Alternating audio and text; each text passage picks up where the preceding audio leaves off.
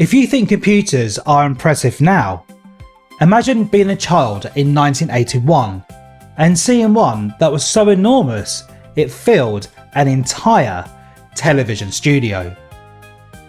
That was Chock-A-Block, a BBC children's programme created by Michael Cole and Nick Wilson.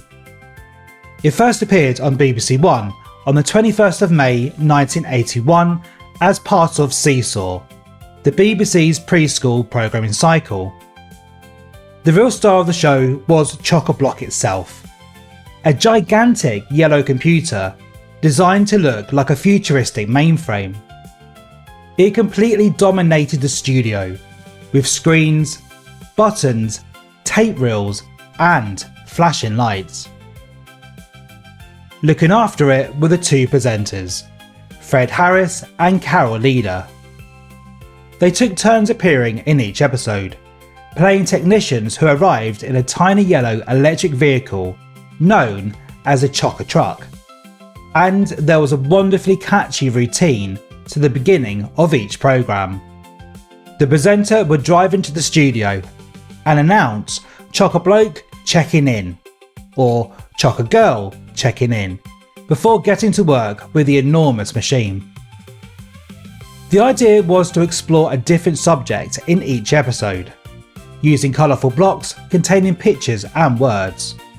These were inserted into Chock-A-Block, which could then produce information, pictures, songs and short films. The programme had a strong focus on language and rhyming. Episodes included subjects such as clocks, crows, sheep, trains, cats, pigs and snakes, with songs and poems helping children explore the sounds and words connected to each topic. But Chock-A-Block wasn't always as reliable as the BBC might have hoped. The enormous computer would regularly suffer a Chock-A-Blockage, refusing to respond to its operator. The presenter would then frantically press buttons until the machine finally decided to cooperate. There's also an interesting piece of television history connected to Fred Harris. He later became closely associated with computers through Micro Life, a BBC programme aimed at a more general audience and covering the rapidly developing world of personal computing. Sadly, Chock-A-Block is now considered a lost BBC programme.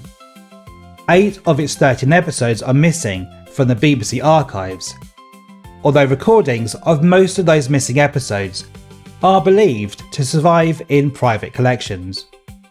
For a programme made at the very beginning of the computer age, Chock-A-Block certainly had a futuristic idea. A gigantic yellow computer that could teach children about words, rhymes, and the world around them.